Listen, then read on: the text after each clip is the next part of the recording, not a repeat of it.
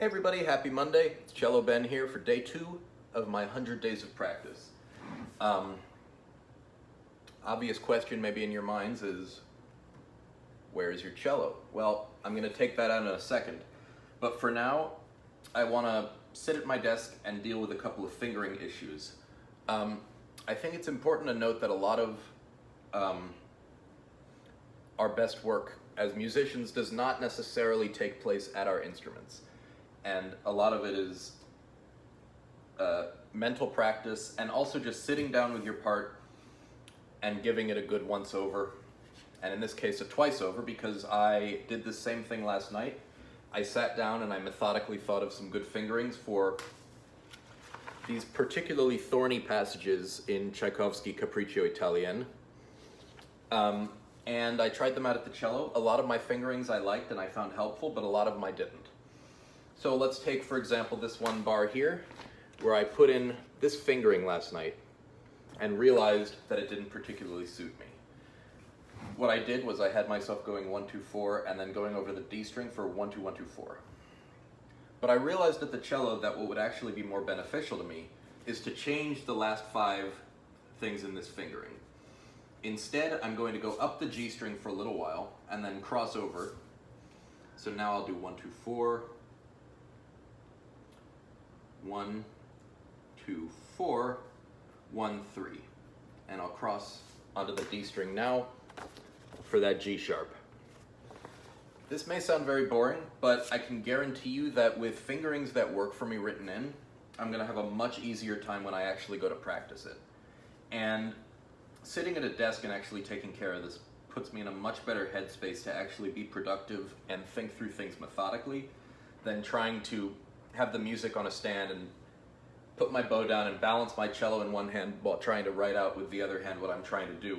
It just doesn't work as well, I can't think as clearly, and it doesn't come out looking neat on the page.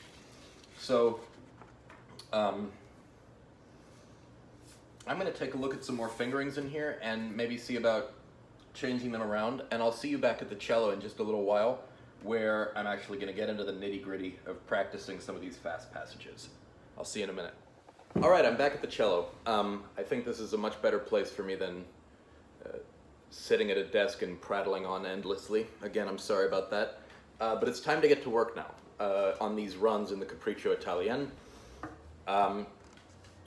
First thing that I tend to do in my practice, which is a really bad habit that I need to work to break, is that I try to go too fast too soon.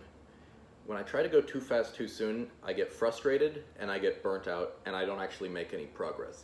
So I'm going to start nice and slowly on these.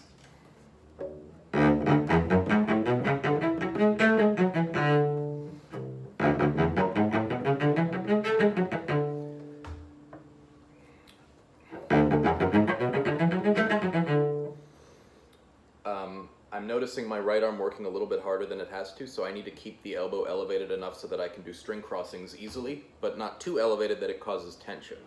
So now I'm going to look for a good right elbow position.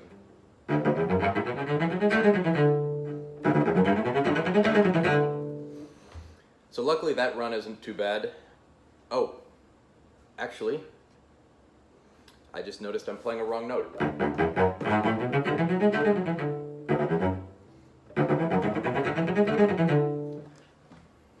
This is why going slowly is important. And I'll ramp it up a little bit.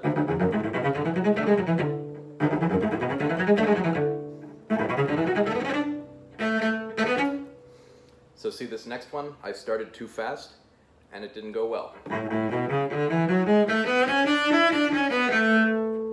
Another thing that can be helpful, I think, in these passages is to start really on the string and legato between the notes.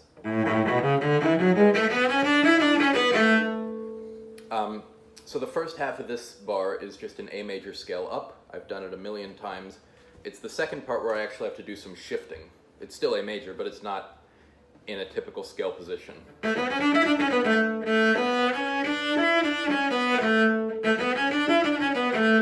I'm also a big fan of rhythm practice.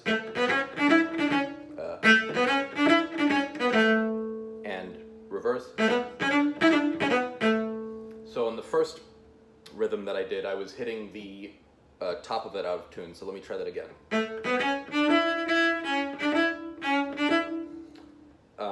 I think my left hand might have been too flat, so I'm going to try for really round fingers. It's a little out of tune still.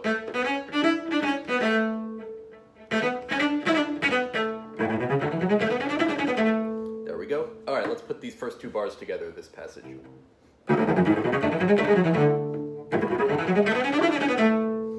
All right, now the next one is starting on E.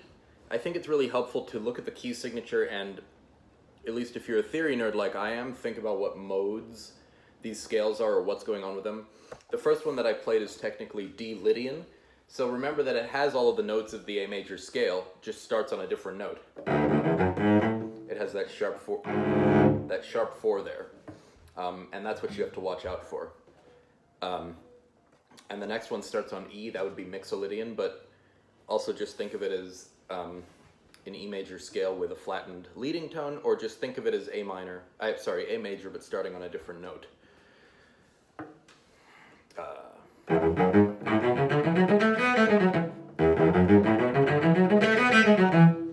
So this one's not too bad.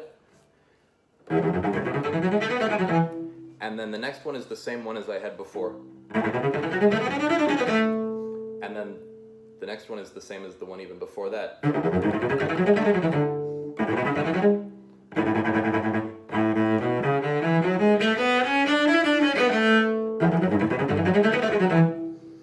Now it gets a little tricky, because now the next scale is F sharp major. Sorry, well, F sharp Mixolydian, but it's, if it had a key signature in front of it, it would be a key signature for B major. So the notes are... Now what you just saw is entirely too much shifting, and this is where the desk work comes in handy. I took a look at this last night and I said, okay, what is the most efficient way that I can do this? And I think that it's with the thumb.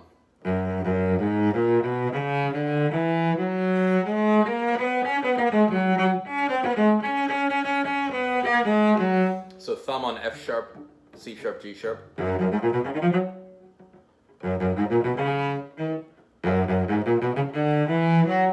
The only pitfall here is that I have to make sure to keep it compact here so I don't accidentally play D sharp and E sharp.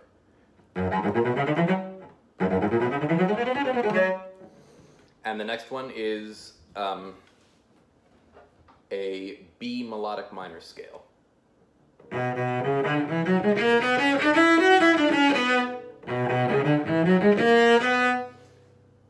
So here's an example of where the fingering that I put in last night is no good. This is not one of the ones that I remembered to change earlier. That's what I put in, and at a fast tempo it's not really going to work. So instead, let's try...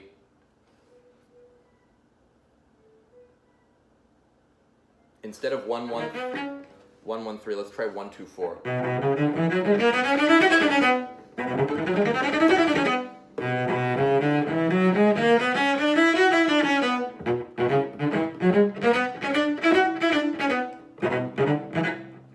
Sorry.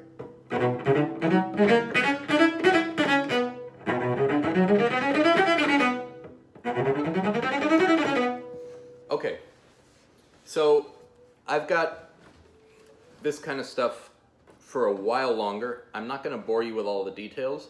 What I'm going to do is I'm going to keep going through it methodically and making sure not to get too fast too soon. I think I've already made that mistake a couple of times this session, but I'm going to try to avoid it.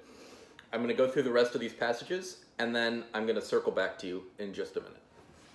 Or maybe 20 minutes. But for you all, it'll seem like just a second. I'll see you soon.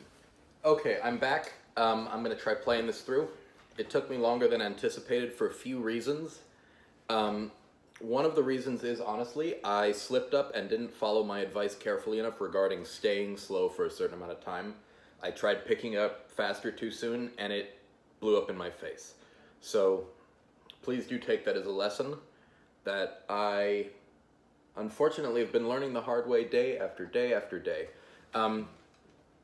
It also took longer than usual because, while I was working, I really wanted a sandwich, so I made myself a sandwich and then ate the sandwich, then came back. But I'm here now. I'm going to try playing it through at a good tempo, and we're going to see what happens. I'm going to do one take and one take only to keep myself honest here. Let's see what happens.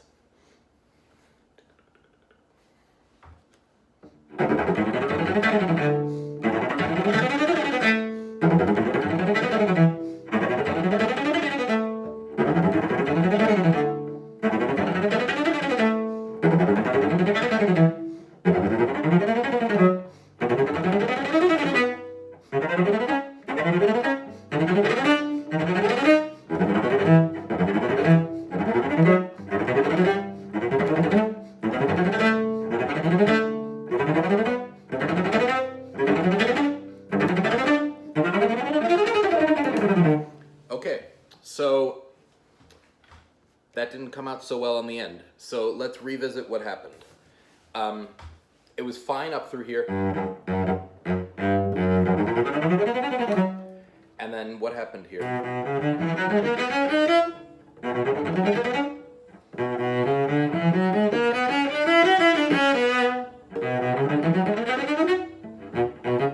See, I'm getting too fast too soon again.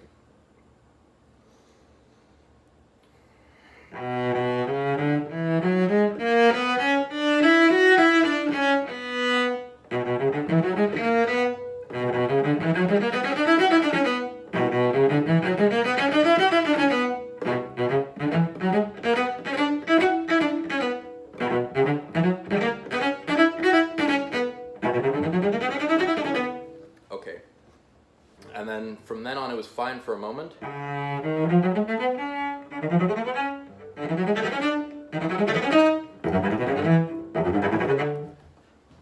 See, this one I need to fix that shift.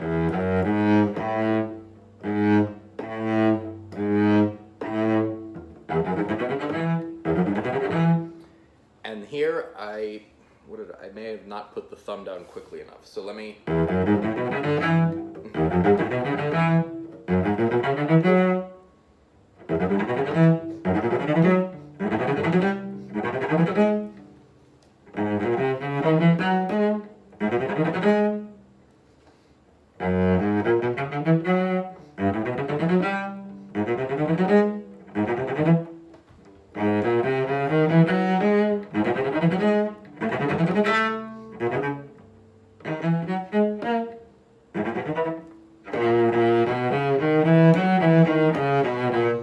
Okay, so it's these as well.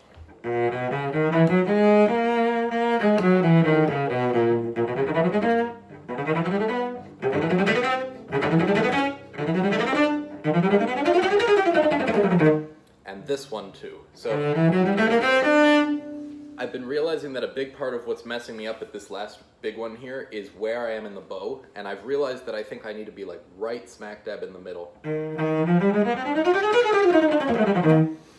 What I've been doing automatically is starting too low in the bow, and that makes it too bouncy and too out of control. So let me try slowly from the previous run.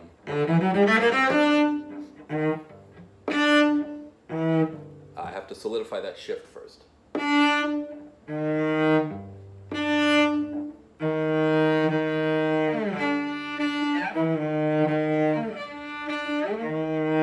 Sorry, I know this is turning out to be a really long video, but I mean, it is not an easy passage and I want to get it right.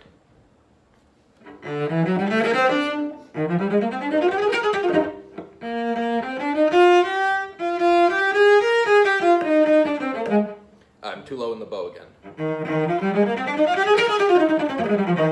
It was a little flat, so I got to round out the hand.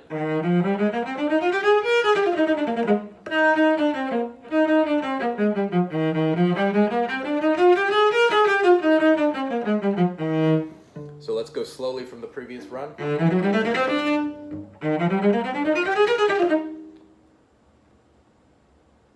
Not rounded enough. And not slow enough.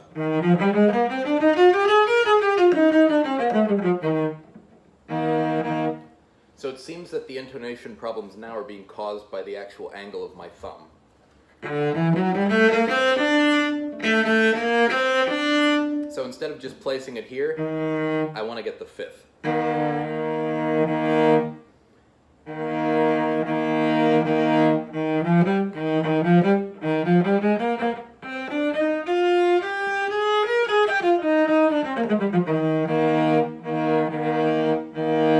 That's better. It's a pretty awkward place for the thumb, but it's going to work once I get it. So now, since I'm going to have to bar over like this,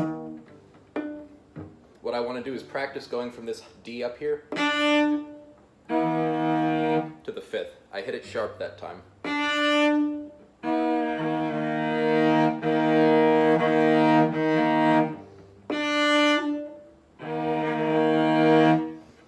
So what is my tendency here? I got it that time. So definitely my tendency is to be on the sharp side. So I need to keep that in mind. These fluid motions are very helpful.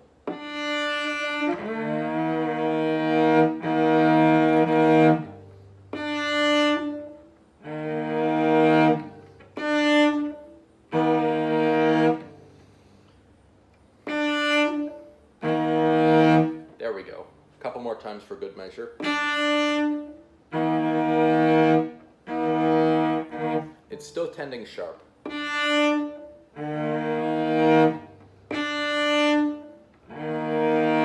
There we go.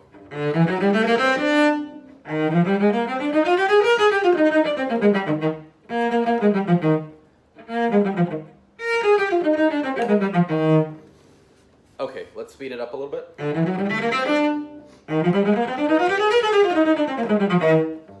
little more. Better, but I'm still flattening the hand out here. There we go. Okay. Let's try one more time slowly from where I first started screwing up.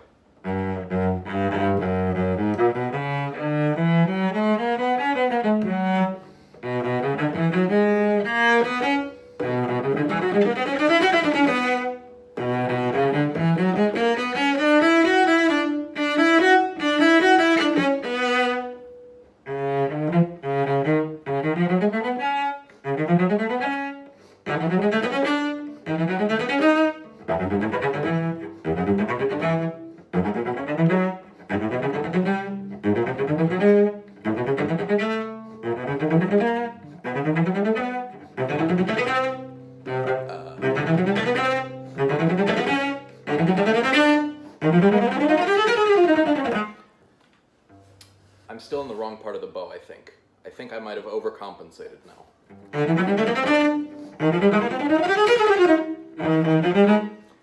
And let's...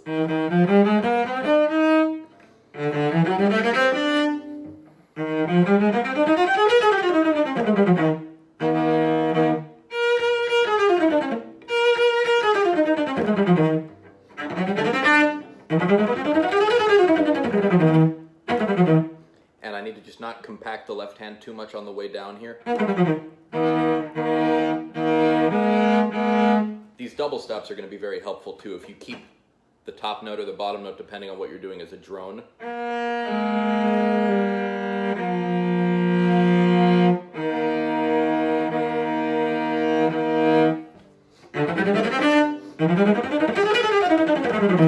There we go. Okay. Let's try it one more time from the beginning of this passage, and we're going to see what happens.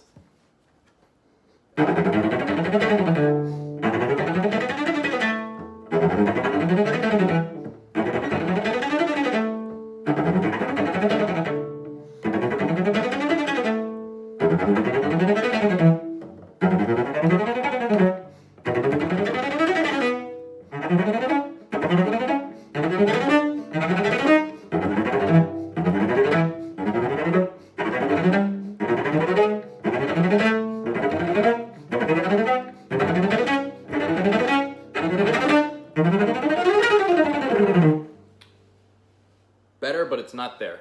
what I've been doing is I've been, well, I messed up some of the runs, but also I let things get too rushed towards the end, and I let my body tense up, and from there everything just went downhill. I'm going to start at the top of this page, which is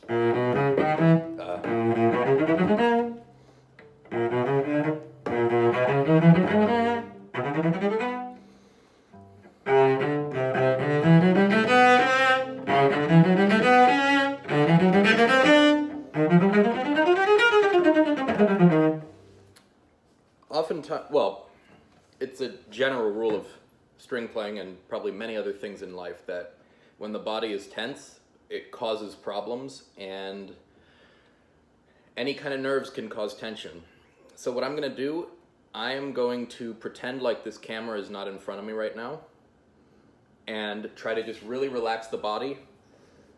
And I'm, with all due respect, just for a moment, going to pretend that you're not here, and I'm going to try again, really relaxed, from the beginning of this passage.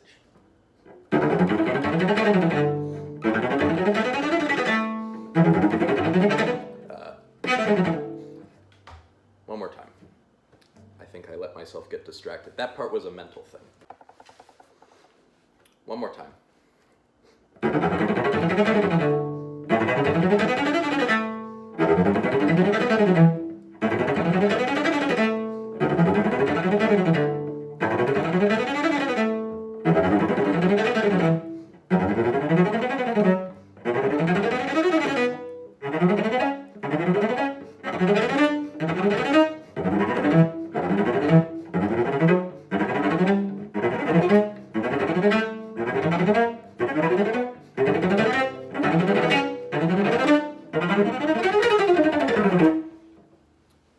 Okay, that was better. There's still work to be done in getting it consistent and going back with a fine-tooth comb and continuing slow work, but I think that I've gotten some good progress made on this. And like I'm saying, it's by no means totally ready for the first rehearsal, but I've made progress, and that is obviously an important thing. Takeaways from this are stay as loose as possible and don't try to go too fast too soon. Just in order to try to illustrate the end result of this, I think I may have brought it up to tempo too soon. So please don't make that same mistake. And just start slowly and stay slow until you really have things under your fingers. And then just speed up gradually. That's not the kind of thing that I have time to show in a YouTube video necessarily, especially because this one is probably going to get close to a half an hour. And I'm sorry about that, but staying as relaxed as you can during these kinds of things is so important.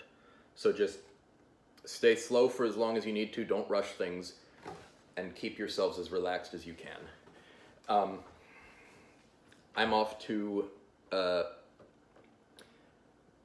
keep working on this, but thank you for watching. Please hit that subscribe button if you are so inclined, and I will see you tomorrow. Take care.